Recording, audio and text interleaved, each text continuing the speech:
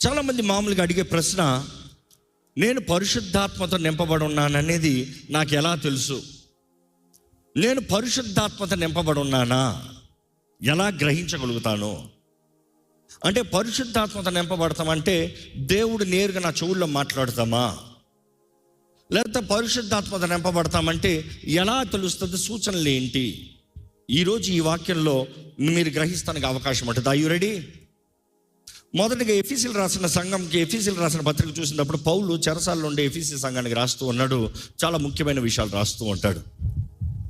I really thank God, బైబిల్లో చాలా వరకు అనేక విషయాలు నూతన నిబంధనలో రాయబడి ఉంది, ఒక క్రైస్తవుడు జీవించవలసిన విధానం.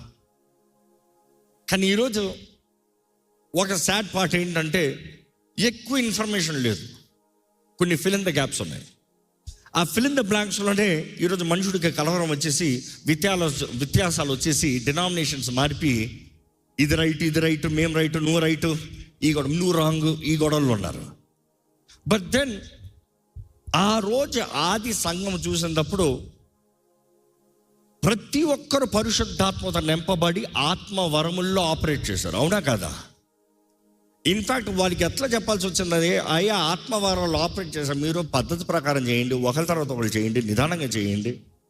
You see there has to be emphasized about discipline and the fruit. కానీ ఎవ్రీబడి ఆ రోజు ప్రతి ఒక్కరు నింపబడ్డారు, ప్రతి ఒక్కరు వాడబడ్డారు, ప్రతి ఒక్కరు అనుభవించారు.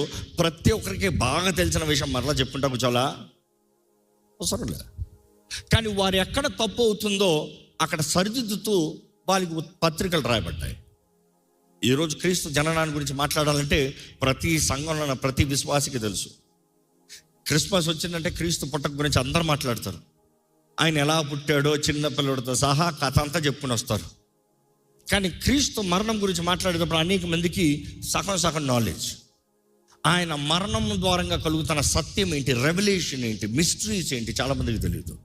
కేవలం మరణించాడు, 3వ రోజు తిరిగి లేచాడు, ఫ్రైడే చనిపోయి సండే లేచిపోయాడు, అయిపోయింది అని అంతటితో క్రైస్తవత్వం ఆగిపోతుంది. చాలామందికి పరిశుద్ధాత్ముడి గురించి మాట్లాడుతూ ఉంటే ఇదేంటి కొత్తగా ఉంది బోధ.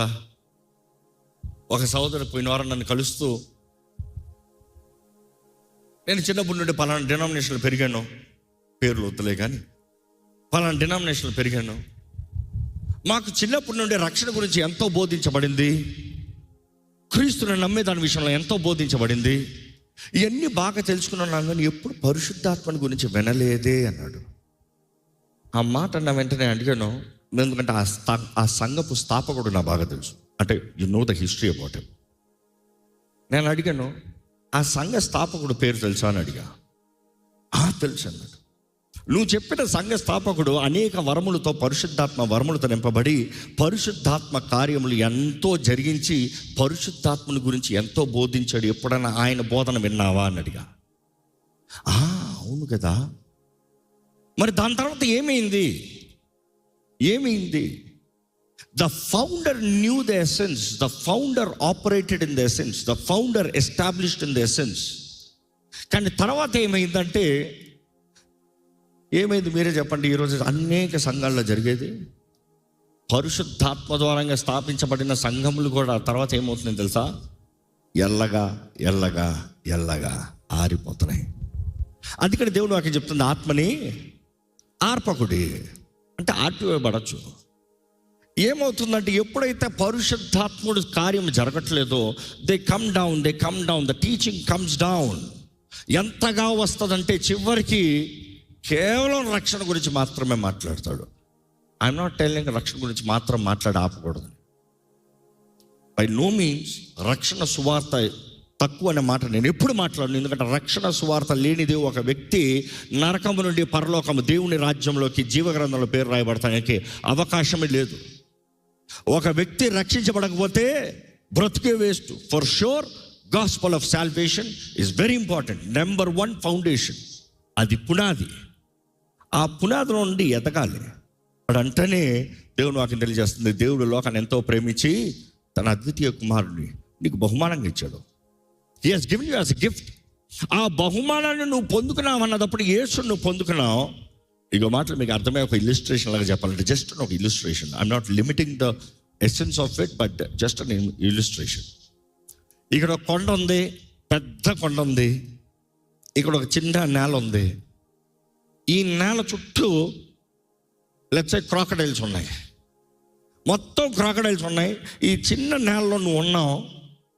ఇప్పుడు దేవుడు పాపపు స్థితిలో ఉన్న నిన్ను, పాపపు బంధకాల్లో ఉన్న నిన్ను, పాప జీవితంలో ఉన్న నిన్ను ఇక్కడ నుండి రక్షణ మార్గంలోకి, ఆయన రాజ్యంలోకి, విడుదల, స్వతంత్రత, స్వేచ్ఛ కలిగిన రాజ్యంలో నేను తీసుకొస్తానికి ఏం చేశాడంటే యేసుని పంపించాడు. అన్నప్పుడు ఒక బ్రిడ్జ్ని పంపించాడు. He created a bridge.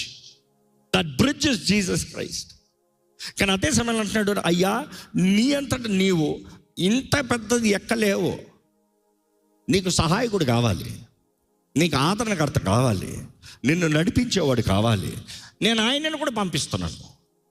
తండ్రి పంపించాడు పరిశుద్ధాత్మని. తండ్రి బహుమానంగా ఇచ్చాడు పరిశుద్ధాత్మని. యేసుని ఎలాగ బహుమానంగా ఇచ్చాడో పరిశుద్ధాత్మన వరమును పొందుకోండి. పరిశుద్ధాత్ముడు కూడా నీకు బహుమానము. యేసు నీకు మార్గాన్ని కలిగించాడు. పరిశుద్ధాత్ముడు నిన్ను నడిపించేవాడు. అందుకని యేసు ప్రభు అంటాడు, సత్య స్వరూపైన ఆత్మ మీకు అనుగ్రహించబడినప్పుడు మిమ్మల్ని ఏం చేస్తాడంట? సర్వ సత్యంలోకి మిమ్మల్ని నడిపిస్తాడంట. సర్వ సత్యంలోకి మిమ్మల్ని నడిపిస్తాడు. యేసే సత్య మార్గం. ఆ మార్గంలోకి నిన్ను నడిపించేవాడు పరిశుద్ధాత్ముడు. మన చివరికి ఎక్కడికి చేరాలి? నా ద్వారా తప్ప ఎవరినో తండ్రి దగ్గరికి చేరలేరు. యేసు ప్రభు అంటాడు, తండ్రి దగ్గరికి చేరు.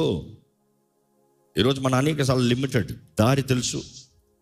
అందుకనే చూడండి, శక్తి లేని క్రైస్తవత్వం అన్నప్పుడు పరిశుద్ధాత్ముడు లేని క్రైస్తవత్వం. పరిశుద్ధాత్ముడు లేని ఆలయం చచ్చిన స్థితే. పరిశుద్ధాత్ముడు లేని జీవితం చచ్చిన స్థితే. పరిశుద్ధాత్ముడు లేని వాడు లోకస్తులాగే ఉంటాడు. పరిశుద్ధాత్ముడు కలిగిన వాడు దేవుని బిడ్డగా బ్రతుకుతాడు. ఈరోజు మనుషుడు లోకంతో రాజీ పడిపోతున్నాడు. లోకాన్ని మెచ్చాలి, లోకాన్ని మెప్పించాలి, లోకస్తుల్ని మెప్పించాలి, లోకంలో నేను సభాష్ అనిపించుకోవాలి. లోకంతో స్నేహము దేవునితో వైరమని మీరు ఎరుగరా? దేవుడు నాకు తెలియజేస్తుంది. లోకంతో స్నేహము దేవునితో వైరం అంట. Don't be interested being appreciated by the world. మనుషుడు నిన్ను పొగడాలని, మనుషుడు నువ్వు సూపర్ అనాలని, మనుషుడు నువ్వు మంచోడు అనాలని, మనుషుడు నువ్వు సత్యం మాట్లాడాలని కాదు. అనేక సార్లు దేవుని వాక్యం లోకానికి అజ్ఞానంగా ఉంటుంది, వెర్రితనంగా ఉంటుంది. క్రీస్తు సువార్త లోకానికి ఎలాగ ఉందంటే వెర్రితనం అంట, ఫూలిష్నెస్. లోకం నిన్ను పిచ్చోడం పిలుస్తుంది.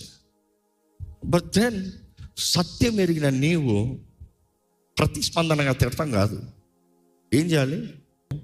దేవుని కనబరచాలి. దేవుని కనబరచాలంటే పరిశుద్ధాత్ముడు నీలో లేకుండా నువ్వు ఎలా కనబరుస్తావు?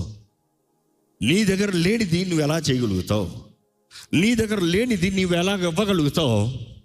ఈరోజు నీవు నింపబడ్డావా?